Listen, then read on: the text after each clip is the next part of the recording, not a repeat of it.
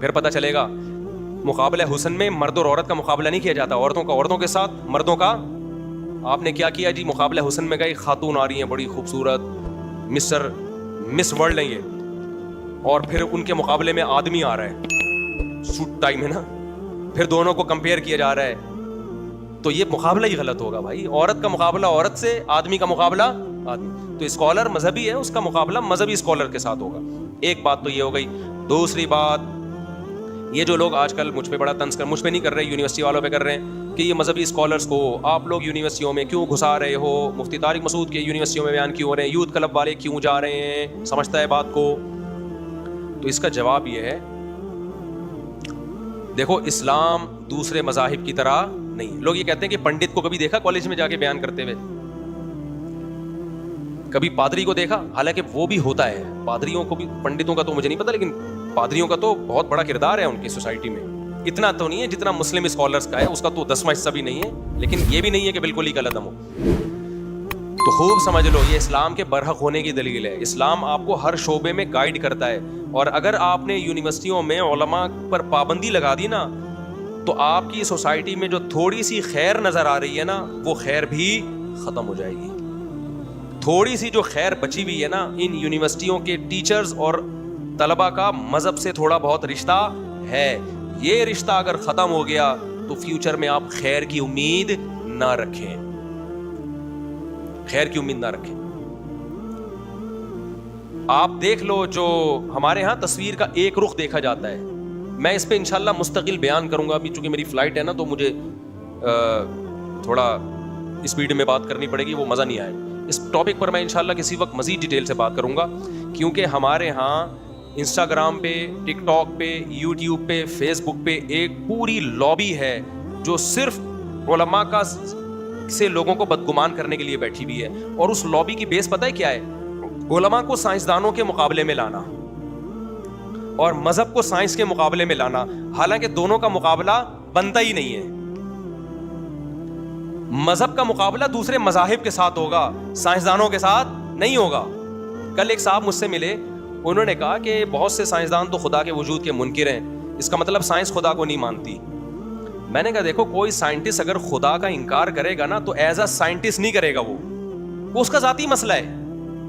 Doctor عبد القدیر خان سائنسدان تھے یا نہیں تھے؟ 5 ٹائم کے پکے نمازی تھے. اب کوئی یہ کہہ سکتا ہے کہ اتنا بڑا سائنسدان 5 ٹائم نماز پڑھتا ہے، لہذا 5 نمازیں سائنس سے ثابت ہو گئی ہیں، یہ کہنا درست ہوگا؟ بھائی وہ ڈاکٹر عبد القدیر خان اگر 5 نمازیں پڑھ رہے ہیں تو وہ ایز اے سائنٹسٹ نہیں پڑھ رہے، ایز اے مسلم پڑھ رہے ہیں وہ. تو اگر کوئی سائنسدان خدا کا انکار کر رہا ہے یا مذہب کا انکار کر رہا ہے تو ایز اے سائنٹسٹ نہیں کر رہا، وہ اس کا ذاتی مسئلہ ہے. کوئی سائنسدان مذہب کو مانتے، کوئی مذہب کو نہیں مانتے. سوال پیدا ہوتا ہے کہ سائنس مذہب کا انکار کرتی ہے کہ نہیں کرتی؟ سائنس یہاں خاموش ہے، یہ سائنس کا ٹاپک ہی نہیں ہے. ابے مجھے ایک بات بتاؤ، سائنسدان کیا کہتے ہیں؟ عمران خان کو دوبارہ آنا چاہیے کہ نہیں آنا چاہیے؟ کیا کہتے ہیں؟ سائنسدان سے بولے گا بھائی مجھے کیا پتا آنا چاہیے کہ نہیں آنا چاہیے، یہ میرا ٹاپک ہی نہیں ہے. عجیب بات ہے، لاکھوں شعبے ایسے ہیں جہاں ہم سائنسدانوں کو رائے دینے کی اجازت نہیں دیتے. ہم کہتے ہیں یہ تمہارا ٹاپک نہیں ہے، لیکن مذہب میں ہم نے سائنس کو گھسیڑ دیا ہے کہ سائنسدان اور مولویوں کا مقابلہ کرا دیا آپس میں، حالانکہ دونوں کی فیلڈ کیا ہے؟ الگ الگ ہے. اس کی میں ایک مثال دیتا ہوں. کل میرے پاس وہ ڈاکٹر آئے تھے نا رشیا کے، کہاں ہے وہ ایک بندہ یہاں بیٹھا ہوا تھا، ان کے دوست تھے رشیا سے ڈاکٹر آئے تھے، وہ شاید بیان میں تھے بھی چلے گئے.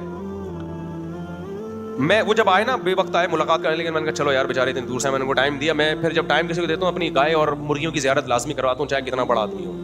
ایسی کی تیسی بڑے بڑے لوگ آتے ہیں، میں کہتا ہوں گائے دکھا رہا ہوتا ہوں ان کو، بھائی ہمارے پاس آنے کا کی قیمت ہے، ہماری گائے دیکھنی بھی ہے، اس کی تعریف بھی کرنی ہے آپ نے. تمہارا باپ بھی یہ نہیں کہنا مصعب یہ کیسی گائے ہے، آپ کو بولنا پڑے گا اچھی گائے ہے، اور یہ بکری بھی بہت اچھی ہے، اور کتنی خوبصورت مرغے اور مرغیاں اور مور، ورنہ آؤ نہیں ہمارے پاس. جب ٹائم ہوتا ہے تو دکھاتا ہوں، ایسا نہ ہو ہر آدمی اب آئے.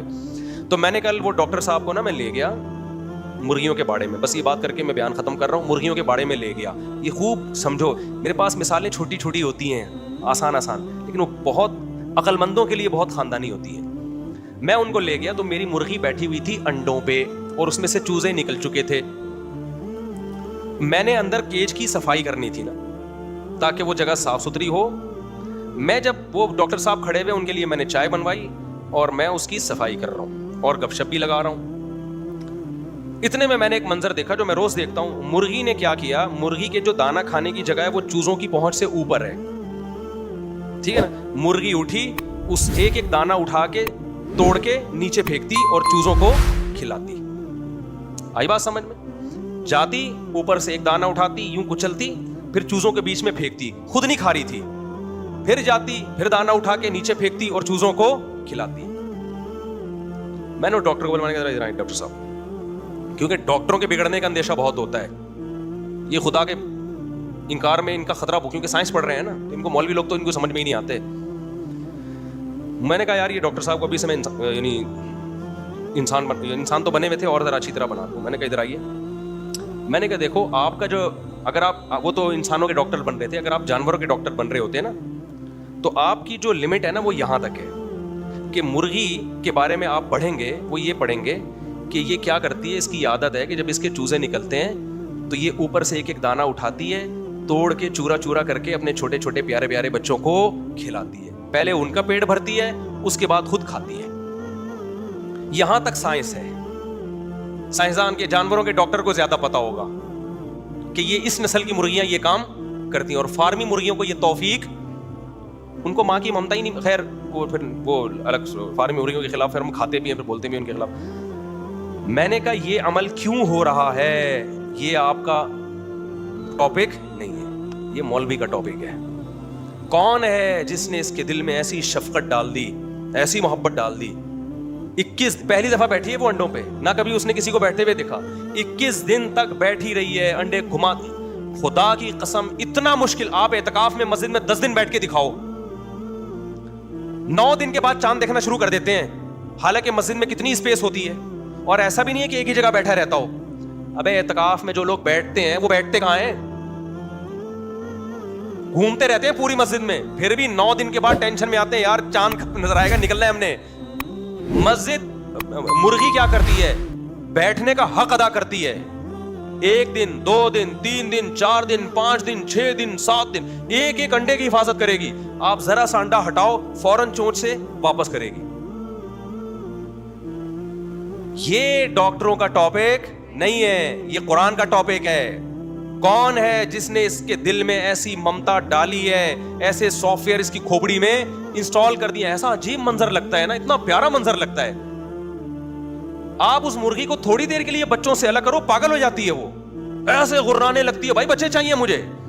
یار اس جانور کو کون سکھا رہا ہے یہ سائنسدانوں کا ٹاپک. سائنسدان صرف ایکسپلین کر دے گا کہ یہ ایسا ہو کیوں رہا ہے, یہ کیا کس نے ہے اور کیوں کیا ہے. اس کا جواب سائنسدانوں کے باپ کے پاس بھی نہیں ہے. یہ قرآن جو خدا جو کر رہا ہے نا وہ بتائے گا, وہ پیغمبروں کے ذریعے بتائے گا, وہ ڈاکٹروں کے ذریعے نہیں بتائے گا. وہ بتائے گا میں ہوں, میں نے اپنے وجود کو ثابت کرنے کے لیے یہ کیا ہے, تاکہ یقین آ جائے کہ یہ مرغی خود بخود نہیں بنی ہے, کوئی ذات ہے جس نے اس کے دل میں بچوں کی یہ محبت ڈالی ہے, تاکہ اس کے بچوں کی نسل بڑھے اور انسان کو کھانے کے لیے روزی ملے. نہیں آئی میرا خیال ہے بات. تو میں نے ان ڈاکٹر کو بلایا, میں نے کہا ڈاکٹر صاحب میڈیکل سائنس حرف آخر نہیں ہے, سمجھ رہے ہو آپ, تو یہ مجھے ایکسپلین کر دو کہ ایکچولی ہوتا یہ ہے کہ میں جب میں ڈاکٹر سے پوچھوں گا کہ یہ کیوں کھلا رہی ہیں, تو آپ کہو گے ایکچولی اس کی جینز میں یہ بات آئی ہے, اور سائنسدان یہ کہتے ہیں کہ جو جینز ہوتی ہیں وہ ماں باپ سے چل کے, اس کو کوئی خاندانی مرغا اس کا باپ ہوگا, خاندانی مرغی اس کی ماں ہوگی, نسلی مرغیاں, تو جینز میں یہ چیز آئی ہے, تو جس کی وجہ سے یہ دانے یوں کھلا رہی ہے. ٹھیک ہے, بالکل صحیح ہے, لیکن یہ چیز مذہب کے اگینسٹ تھوڑی. مذہب کب کہہ رہا ہے کہ جینز میں نہیں آئی ہے؟ بھائی یہ جینز میں ٹرانسفر کون کر رہا ہے, اس کے ماں باپ کی جینز میں کس نے پہلی دفعہ یہ سافٹ ویئر کس نے انسٹال کیے؟ اور اتنا عجیب کام یار, ایسے اتنا پیارا منظر لگتا ہے. مرغے کو دیکھ لو یار, مرغے میں بڑی غیرت ہوتی ہے, میں نے دیکھا ہے. مرغا کیا کرتا ہے, آپ 8-10 مرغیاں چھوڑ دیں, تجربہ نسلی مرغوں کی بات کر رہا ہوں, فارمی کا کوئی بھروسہ نہیں ہے. اصیل مرغے, آپ بھوکے ہو نا 10 کو, آپ دانا ڈالیں, مرغا پہلے مرغیوں کو کھانے دے گا, حالانکہ بھوکا ہوگا. کس کو کھانے دے گا؟ مرغیوں کو. جب ان کا تھوڑا پیٹ بھرے گا نا, پھر مرغا آئے گا بدماشی کے ساتھ, بہت تھوڑا کھائے گا, زیادہ نہیں کھائے گا. مرغیاں بہت کھاتی ہیں. تو یہ اخلاقیات بھی کس نے سکھائی ہیں ان کو؟ یہ خدا نے سکھائے ہیں بھائی. اور اس میں ہمارے لیے سبق ہے کہ مرد کھلاتا ہوا اچھا لگتا ہے, کھاتا ہوا اچھا نہیں لگتا. آج تو سارا نظام ہی برباد ہو گیا, عورتیں کما کما کے آدمیوں کو کھلا رہی ہیں. تو خیر, تو اب وہ میں جو آپ کو بتا رہا ہوں نا, آج کل کے مذہبی اسکالر جو علماء کے خلاف ہے نا, بار بار سائنس کیا کر رہی ہے اور مولوی جنت جہنم میں پڑے ہوئے, سائنس کیا کر رہی ہے. ابے بھائی تم سائنسدانوں کا مقابلہ سائنسدانوں سے کراؤ. آپ یہ بولو ان کے سائنسدان یہ کر رہے ہیں, ہمارے سائنسدان یہ کر رہے ہیں, ان کے سائنسدان یہ کر رہے ہیں اور ہمارے والے سائنسدانوں کی تصویریں لگاؤ. تو ان لوگوں سے ہوشیار رہو. میرا بتانے کا مقصد یہ ہے, یہ تمہارے خیر خواہ نہیں ہے. تمہیں علماء سے ہٹا کے جو تھوڑی بہت خیر ہے نا, اس کی بھی ایسی کی تیسی کر دیں, اور اسے تم سائنسی ترقی تو بالکل بھی نہیں کرو گے. جو تھوڑی بہت خیر رہ گئی ہے, تم پتہ کیا کرو گے, آدھا کام کرو گے آدھا نہیں کرو گے. اس سے ہوگا یہ کہ چونکہ سائنس تو سائنسدانوں کا ٹاپک ہے نا, تو تمہارے یہاں اچھے سائنسدان پیدا ہونا تو یونیورسٹیوں کا کام ہے. یونیورسٹیاں کام پوری نہیں کر رہی تو سائنس تو ویسی نہیں تمہارے پاس. تو چاند واند پہ جانے کی باتیں تو چھوڑ دو. جب مذہب کو تم اپنی سوسائٹی سے نکالو گے تو پتہ ہے کیا ہوگا, گورے کے پاس مذہب نہ ہونے سے جو نقصانات ہیں وہ نقصانات تمہاری سوسائٹی میں آ جائیں گے. کیا مطلب, زنا تمہاری سوسائٹی میں پھیلے گا, ہومو سیکشولیٹی تمہاری سوسائٹی میں پھیلے گی, اور بڑھاپے میں ماں باپ کو اولڈ ہاؤس میں جمع کرانا, یہ والی تمام چیزیں تم مغربی کلچر سے لے لو گے, جس پہ رکاوٹ کون ڈالتا ہے, مذہب. اور سائنس وہاں سے آئے گی نہیں تمہارے پاس, کیونکہ یونیورسٹیوں کا حال تمہیں پہلے سے معلوم ہے. نتیجہ شر ہی شر تمہارے ہاں پھیل جائے. گورے کے پاس شر ہے تو کچھ خیر بھی ہے, آپ کے پاس صرف شر ہی ہوگا. شرابیں عام ہو جائیں گی, قانون ان کے ہاں اتنا مضبوط ہے کہ شراب پی کے بھی ایک لمٹ ہے کہ اس سے زیادہ پینے کی اجازت نہیں ہے, اور ریپ کے بھی واقعات ہوتے ہیں لیکن پھر بھی قانون مضبوط ہے. جب آپ کے یہاں زنا پھیلے گا تو قانون تو مضبوط ہے نہیں, آپ کے یہاں ریپ کے واقعات ان سے زیادہ بڑھ جائیں گے, شراب کے واقعات ان سے زیادہ بڑھ جائیں گے. لمٹ کو دیکھنے والا کوئی ہوگا ہی نہیں. اگر کسی پولیس والے نے آپ کو پکڑا کے آلہ لگا کے چیک کیا, 50 روپے آپ اس کو پھر پکڑا دو گے, ٹھیک ہے, 2 بوتلیں اس کو بھی پلا دو گے. تو قانون تو ہمارے یہاں وہ جیسا ہے نہیں. برائیاں آپ ان کی لے رہے ہو, مذہب کو آپ روک رہے ہو, ہٹا رہے ہو, مولوی کو برا بلا کہہ کے. تو تھوڑی سی جو خیر ہے میرے بھائی, مارکیٹ سے ختم. اور ایک آخری کر کے بڑھائی چلا جا رہا ہوں. میں نے بیان کیا تھا پٹھانوں کی تعریف کی کہ ان کا فیملی سسٹم بڑا مضبوط ہے. پشاور میں دیکھو اتنے چاچے, اتنے مامے, اتنے بچے ہوتے ہیں, تبھی تو وہ چاچے مامے بنتے ہیں. کسی نے کہا مولوی صاحب کیا بات کر رہے ہو, پشاور میں بھکاری بھی اسی وجہ سے بہت زیادہ ہیں. او میرے بھائی, آپ ہو گئے ہو پاگل, کیونکہ آپ مغربی میڈیا سے اتنے متاثر ہونا, اینالائز کرنا اور تجزیہ کرنا تو آپ کو آتا ہی نہیں ہے. اگر ہم لوگ نسل کم کر لیں تو اس سے بھکاریوں کی تعداد بڑھے گی, کم نہیں ہوگی. کیونکہ غریب آدمی کے پاس کمائی کا آپشن اس کی اولاد ہی ہوتی ہے. اولاد بھی روک لی نا تو وہ تو خودکشی کرے گا اور کچھ نہیں کرے گا. وہ کسی نے یہ بھی کمنٹ کیے کہ ہم نے اکثر مالداروں کے دیکھا ہے بچے 1-2 ہوتے ہیں تبھی وہ مالدار ہوتے ہیں, اور غریبوں کے بچے زیادہ ہوتے ہیں کیونکہ زیادہ ہوتے ہیں اس لیے غریب ہو جاتے ہیں. یہ بالکل غلط ہے, معاملہ الٹا ہے. جو پہلے سے مالدار ہوتے ہیں ان کے بچے کم ہوتے ہیں. یہ نہیں کہ کم بچوں کی وجہ سے مالدار ہوئے, اور جو پہلے سے غریب ہوتے ہیں ان کے بچے زیادہ ہوتے ہیں. یہ نہیں کہ بچے زیادہ ہونے کی وجہ سے غریب ہوئے, بچے زیادہ ہونے سے ان کی غربت میں کمی آئی ہوتی ہے, اور مالداروں کی مالداری میں کمی آئی ہوتی ہے بچے کم ہونے سے. دیکھو ایک آدمی 1 کروڑ روپے کما رہا ہے, اگر اس کے بچے زیادہ ہوتے تو وہ سارے اس کے ساتھ بزنس میں شریک ہوتے کہ نہیں ہوتے؟ تو اس کو تو نوٹ چھاپنے کی مشین بن جاتا وہ. ہمیں فیملی پلاننگ والے اور ہماری جو لبرل طبقہ ہے وہ بچوں پہ جو انویسٹ ہو رہا ہے وہ ایکسپینسز تو دکھا رہے ہوتے ہیں ہمیں. بچہ جو بہترین سورس آف انکم ہے اس سے آپ کو بالکل غافل کر دیا انہوں نے یہ شو کر دیا ہے کہ بچہ کھاتا ہے کھلاتا نہیں ہے. حالانکہ مشاہدہ یہ کہتا ہے اتنا کھاتا نہیں ہے جتنا کھلاتا ہے وہ. آپ سب یہاں بچے ہی تو تھے نا, میجورٹی یہاں جاب کر کے کما رہی ہے, اپنا بھی خرچہ نکال رہی ہے, اپنے بیوی بچوں کا بھی, ماں باپ کا بھی نکال رہی ہے خرچہ. اگر آپ کو آپ کے ماں باپ نہ ملتے تو کیا کرتے اس بڑھاپے میں؟ نہیں آئی میرا خیال ہے بات. اب یہاں پہ آخری سچی مچی کی آخری بات, اب آپ یورپ سے یہ لے رہے ہو بچے 2 ہی اچھے والا فلسفہ, بچے 2 ہی اچھے والا فلسفہ, یہ فلسفہ تو لے رہے ہو, لیکن جو ان کی حکومتوں میں ایک مینجمنٹ ہے کہ بوڑھوں کو وہ خود پالتے ہیں اور ان کی سورس آف انکم اتنی زیادہ ہے کہ بوڑھے اولاد پہ بوجھ بنتے ہی نہیں ہیں, یہ آپ کے پاس ویسے ہی نہیں ہے. تو نتیجہ کیا نکلے گا؟ بچے آپ کے ویسے ہی نہیں ہوں گے, بڑھاپے میں گورنمنٹ نے بھی نہیں پالنا آپ کو. آپ نے 2 بچوں والا سیٹ اپ لے لیا کس سے؟ گورے سے, اور بڑھاپے میں وہاں گورنمنٹ پالتی ہے. وہ گورنمنٹ آپ کی اتنی نیک نہیں ہے کہ آپ کو بڑھاپے میں پالے. وہ اگر کسی کا خیال ہے ہماری حکومت اتنی اچھی ہے کہ بڑھاپے میں ہمیں ہمارا علاج ہوگا اور ہمارا گورنمنٹ کے ہسپتالوں میں وہ والا علاج ہوگا جو آغا خان کے ہسپتالوں میں لوگوں کا ہوتا ہے, تو اس کو چاہیے کہ 2-3 تھپڑ مارے, آنکھ کھل جائے گی اس کی انشاءاللہ. خواب میں اس طرح کی چیزیں انسان کو آ جاتی ہیں. تو نتیجہ کیا ملے گا؟ نہ گورنمنٹ آپ کو سپورٹ کرے گی نہ آپ کی. آج اگر کوئی بوڑھا غریب کھا رہا ہے نا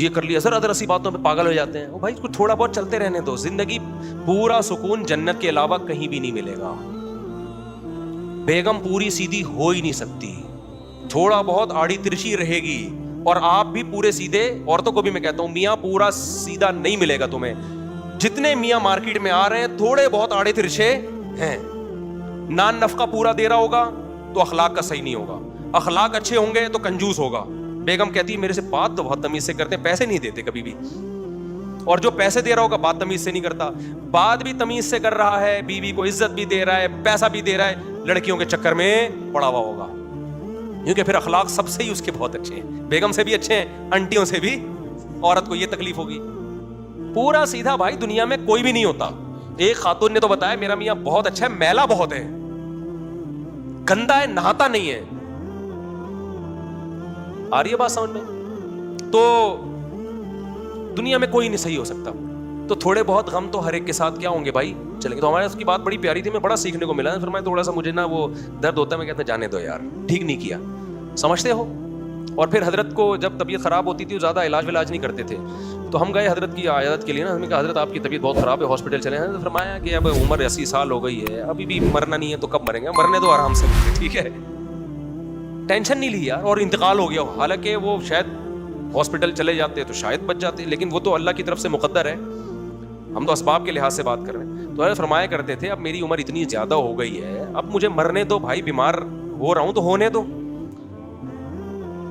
کیسے ریلیکس ہیں یا نہیں ہے کیا کہ اب اتنی زیادہ. حضرت فرمایا کرتے تھے میں جب 60 سال کا ہوا تو مجھے زندہ رہتے ہوئے شرم آنا شروع ہو گئی. ٹھیک ہے نا.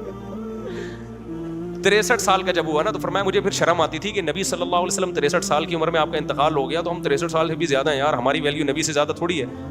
تو 63 سال کے بعد حضرت فرماتے ہیں مجھے شرم آتی ہے زندہ. اور شرما شرمی میں 80 سال تک زندہ رہے ہیں, کیونکہ خوش تھے, ٹینشن نہیں لے رہے تھے, نیچر کے مطابق چلتے تھے, فطرت کے مطابق. بر وقت شادیاں ہوئی ہیں ان لوگوں کی, اولادیں ہوئی ہیں, بہویں دیکھیں, پوتے دیکھے, نواسے دیکھے. یہ ہے نیچرل لائف. اگر آپ اس لائف سے دور ہٹ گئے تو چند دنوں کے مزے ہیں لڑکیوں سے دوستیوں کے, اس کے بعد یہ ایسے انگارے ہیں نا, ایسے انگارے ہیں جو تمہیں ایسی ٹینشن دے گا نا. دیکھو جوانی کی مستیاں بہت جلدی ختم ہوتی ہیں, بہت جلدی, ٹائم نہیں لگتا. اس لیے میں نوجوانوں سے کہتا ہوں فوج فلمیں اور یہ سب چیزیں چھوڑ کے شادیوں پہ سیٹ ہو جاؤ. میں اللہ نے مجھے کہاں سیٹ کر دیا, شادیوں پہ ایسا سیٹ کیا ہے نا نکل ہی نہیں پا رہا میں اس سے, آٹو پہ ہو گیا ہوں میں. جب میری تیسری شادی ہوئی نا تو لوگوں نے کہا آپ چوتھی بھی کریں گے, میں نے کہا اب تو میں نہیں بھی کروں گا تو میرا باپ بھی کرے گا اب تو, کیونکہ میں آٹو پہ آ گیا ہوں. اب خود بخود ہو رہی ہیں. ایک پہلی شادی مشکل ہوتی ہے, دوسری اور زیادہ مشکل ہوتی ہے, تیسری میں انسان سوچتا ہے کہ کروں کہ نہیں کروں. اگر کر لینا تو چوتھی میں آٹو پہ آ جاتا ہے وہ. یہ ایک نسخہ بتا رہا ہوں آپ لوگوں کو. کل ایک صاحب یہاں تھے, مجھ سے ملنے کے لیے آیا تو میں پکڑائی میں نہیں آ رہا نا, یوں جا رہا ہوں, یوں آ رہا ہوں, میرے 20 کام ہوتے ہیں. اب وہ مجھ سے مل رہے ہیں, میں نے کہا چلتے چلتے ملو. انہوں نے کہا یار آپ رک کیوں نہیں رہے, میں نے کہا میں آٹو پہ ہوں. میں کس پہ ہوں؟ میں نے کہا مجھے روکنے کے لیے بڑی اسٹرگل کرنی پڑے گی, کیونکہ میں اگر رکنا شروع ہو جاؤں میں گھر تک پہنچ ہی نہیں سکتا. میں یہاں سے نکل کے گھر پہ جاتا ہوں, 10 آدمی لائن میں کھڑے ہوئے ہوتے ہیں, میں تو ملتے ملتے 1 گھنٹے بعد گھر پہنچوں گا. تو گھر میں جو مجھے جھاڑ سننے کو ملے گی وہ میں نہیں برداشت کر سکتا. میں نے اپنا بٹن آن کر کے چھوڑ دیا ہے چلنے والا. تو چلتے چلتے چلتے چلتے سیلفی بھی, چلتے چلتے چلتے چلتے بھی. خلاصہ کلام کا یہ نکلا, مولویوں سے اتنی وحشت مت کرو جتنی تم کرتے ہو. تمہیں نیچر کا راستہ مولوی ہی بتائے گا جو صحیح مولوی ہیں, اور اسی نیچر پہ چلو. ٹائم پہ شادی کرو, دبا کے بچے پیدا کرو, اور بچوں کی شادیاں کرو, اللہ پہ توکل کرو, بہویں لاؤ, پوتے لاؤ, نواسے لاؤ. غربت ہے تو انجوائے کرو, ٹھیک ہے نا. غربت کو کیا کرو, انجوائے. ہمارے نبی کو تو ایک وقت کھانے کو ملا, دوسرے وقت نہیں ملا. انجوائے کرو غربت کو یار, اس کا اپنا مزہ ہے. تانے بے روزگار کو جب گھر سے بھی تانے تو گھر سے باہر نکلتا ہے وہ. دوست بھی کہتے ہیں تیرے پاس جیب میں تو گٹکے کے پیسے نہیں ہیں, واپس گھر چلے جاؤ. 2-4 دفعہ ایسے ہوگا, عادت ہو جائے گی.